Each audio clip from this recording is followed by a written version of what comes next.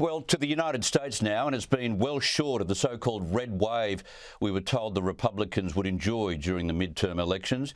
But with a gain of 6 seats, control of the lower house, and an incredibly tight Senate race, which is yet to conclude, it may not be quite as dismal as many media outlets are trying to paint this as. Joining me now from Washington is the Australian's US correspondent, Adam Creighton. Adam, thank you so much for your time. There was a lot of hype around this idea that the Republicans were going to win big. That didn't eventuate. Those who were in the Trump mould and were supported by Trump failed. But the House is theirs. The Senate is neck and neck with 2 to count. It's not a total loss. How does this compare with other midterms? Yeah, certainly, Chris, there was a lot of hype. Look, I think it was largely reasonable. The betting markets pointed to a red wave, so did most of the opinion polls. But you're quite right, that never eventuated. You mentioned the Senate there. Actually, just in the last couple of hours, they've essentially called the Nevada race now. So that's gone to a Democrat. So it's 49 each now. Sorry, 50-49 to the Democrats, I should say. And even... Of course, if the Republicans win that Georgia race, then it's still going to be a Democrat Senate. So that's somewhat disappointing for the Republicans.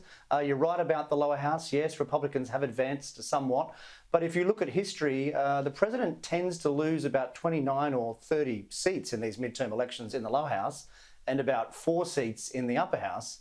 And of course, as we've just discussed, that certainly hasn't happened this time. And that's despite the fact that you do have, at least in my view, quite a useful set of background circumstances for the opposition party. You've got rising crime, the highest inflation in 40 years. That's a big one.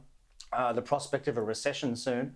So I think it is right to point the finger at someone in the Republicans. I mean, you may point it at Donald Trump, you may point it at someone else, but I think someone really does have to answer for this performance. And Joe Biden's right when he was asked during the week and after the midterms, will he change anything in reference to policy? He said nothing. He's probably right. Well, look, maybe. I mean, he also said that people don't really know what he's been doing yet, which I thought was an interesting comment on the nature of US politics, and it's very hard to get anything done.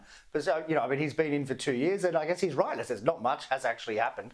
But yeah, I mean, he said nothing. I mean, that was a little bit too confident for my liking. I mean, as you pointed out, he has probably lost the lower house, which is not insignificant. I mean, that is going to mean that the Republicans will be able to establish inquiries and investigations into whoever they like, whether it's the president's son or members of the president's cabinet, whoever it is. And that's going to cause a lot of political fireworks. So that's a significant thing. And of course, he won't be able to get through any more legislation. So maybe it's safe for him to say he's not going to change anything, but he's not going to be able to do anything. So it's a safe comment. Trump was quick to spin it his way, but I think that's an inaccurate summation from him. And there were photos that were printed in the New York Post on Friday of him doing wedding practice with his daughter. He didn't look like a happy chappy. He couldn't be, could he? Well, look, I'm sure he's not. And privately, journalists that know him well have been tweeting things that he's been lashing out and furious and even blaming his wife at some point. So look, I'm sure he is very angry. I mean, he was expecting, I imagine, last week when he was saying that he was going to announce next week that he's going to run, that he'd be coasting on this huge red wave and he'd be able to say that the red wave was because of him. And of course, now there hasn't been a red wave. And so the big question now is whether he is going to go ahead with that Tuesday planned announcement. No one knows. There's no new information yet. I mean, my view is it's 50-50. I still think that there's a good chance that he will go and announce a presidential tilt next week, which I think is extraordinarily tone deaf, but it's still on the cards. But yes, look, I think this is probably the beginning of end of Donald Trump's political career. I mean, he has had extraordinary success. He's been a remarkable historical figure. You could probably say he's the most famous man that's ever lived in human history. I think that's a fair comment. But look, I think this could be the end of his political career. He has done badly. His candidates did do badly. And I think there's no other way of looking at it. With Ron DeSantis turning the tide, certainly the national tide, in his favour in Florida, I guess the Democrats would be hoping that Donald does run, that they kind of bash each other to bits and dilute the Republican vote. They'd be willing that on, wouldn't they? Yes, I think that's true. And actually, the president said that this week in his press conference, that he'd really relish watching Ron DeSantis and Donald Trump battle it out for that Republican nomination. And I think it's genuine. I think actually Democrats would like nothing more than Donald Trump to get the nomination for that vote. So look, it remains to be seen whether he does. I don't think he will, but it's still 50-50 in the betting markets. Ron DeSantis did remarkably well, of course, with that 60% win, one of the largest wins in Florida history. So we just have to see whether that's going to translate, though, into future political capital for Ron. So you're on the ground in Washington. What's the buzz about DeSantis? Are they saying that this is, the route for the Republicans out of an abyss?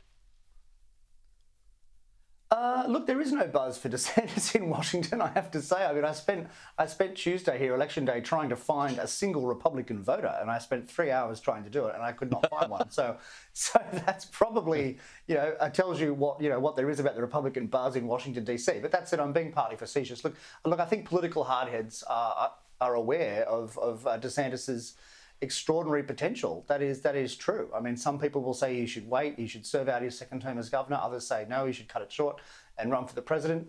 We don't know what he's going to do. Only he knows that. But certainly lots of potential. But I think that we're in this period now of great uncertainty. Republicans are still digesting the results. We still don't know the lower house results yet, right? There is some chance the Democrats will keep control of the lower house. It's slim, but there is some. There are a lot of seats in California that are not counted yet. And as some analysts today have been saying, the trend is slightly towards the Democrats in those final counts. So we still don't know the results. So I think until we have all the results, we can't really be making decisions about who's going to do what. It'll be a fascinating week ahead. We'll see what Donald does on Tuesday. Thank you so much for your time, Adam.